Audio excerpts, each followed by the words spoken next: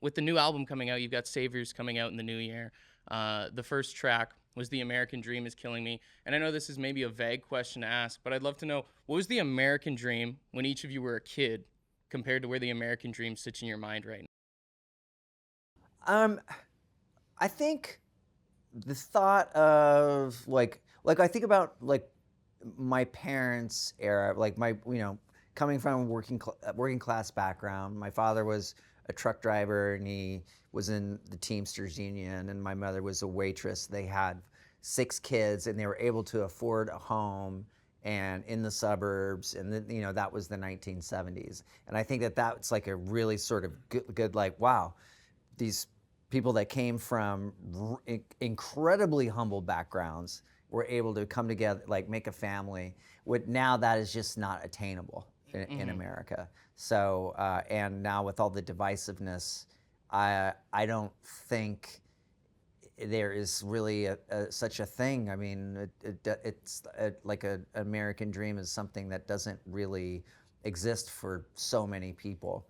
For me and for Green Day, I think for us is like living the dream, and that is to be in a rock and roll band and be able to do what we do. But that could be the Canadian dream, that could be the English dream, anyone's dream. So, is there anyone that you would want to work with? Yeah, Tough Enough the horse. I don't know who that is. It's the Calgary's mascot. Come on. Oh, the mascot, the horse? Yeah. Yeah, not like a Celine Dion, a Shania Twain. Like, there's a really good band, Canadian band called Real Siggies. I like them a lot. I like them a lot. no, I think it's really awesome. You guys were out just in London, and you played a real small little pop-up show, and you guys have done this a few times now. What's the best part about being able to go and play these kind of small little pop-up shows in small venues and bars and pubs and stuff like that? Does it kind of take you back a little bit to be able to be in those close spaces?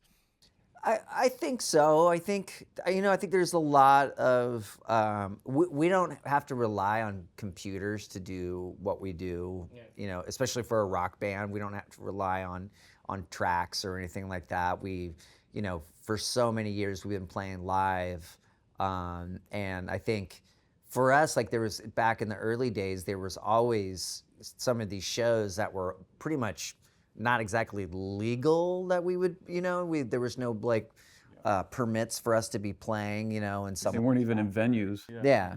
So for us, we had to be ready at all times to say, okay, well, if we have to turn the volume down, we can play acoustic guitars and do it. So, but that was one of my favorite moments was to be, we were basically just playing a pub in London. It was such a great experience. There was way more people outside singing than there was inside, which is pretty amazing. It's got to be pretty surreal, right?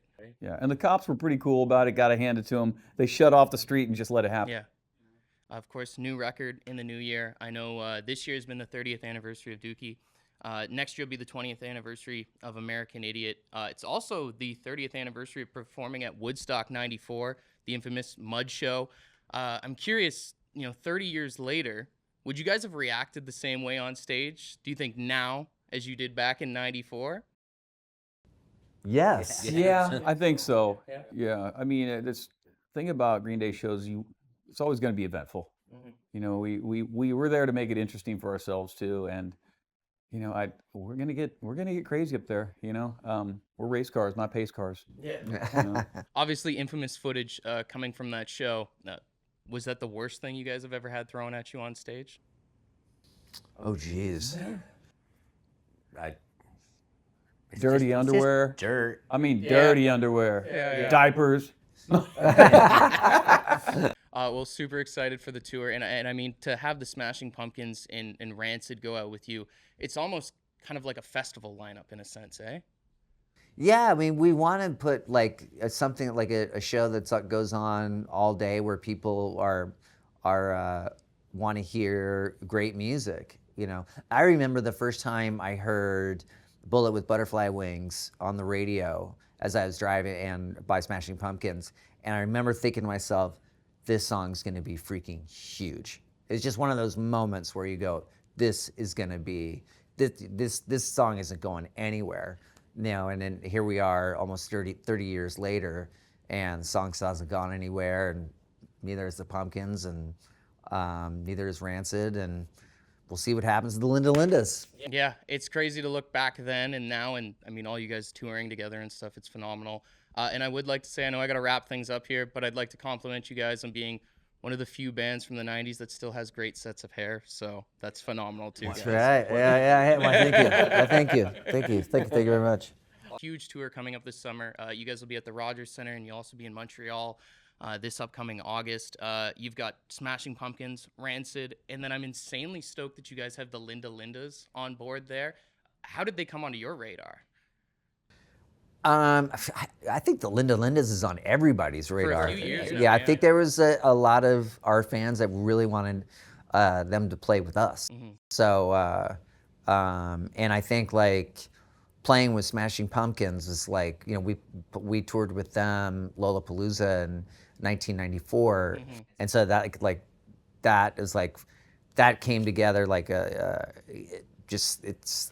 they're such a great band, and same with Rancid, who are also are like old friends of ours, and yeah, it's gonna be a really fun tour. And I mean, they're just teenagers going out on the road and stuff. You got to think some of these stadiums you're playing are insanely huge. Like looking back at your age, what was the first big show like that really your holy kind of moment? Probably Woodstock.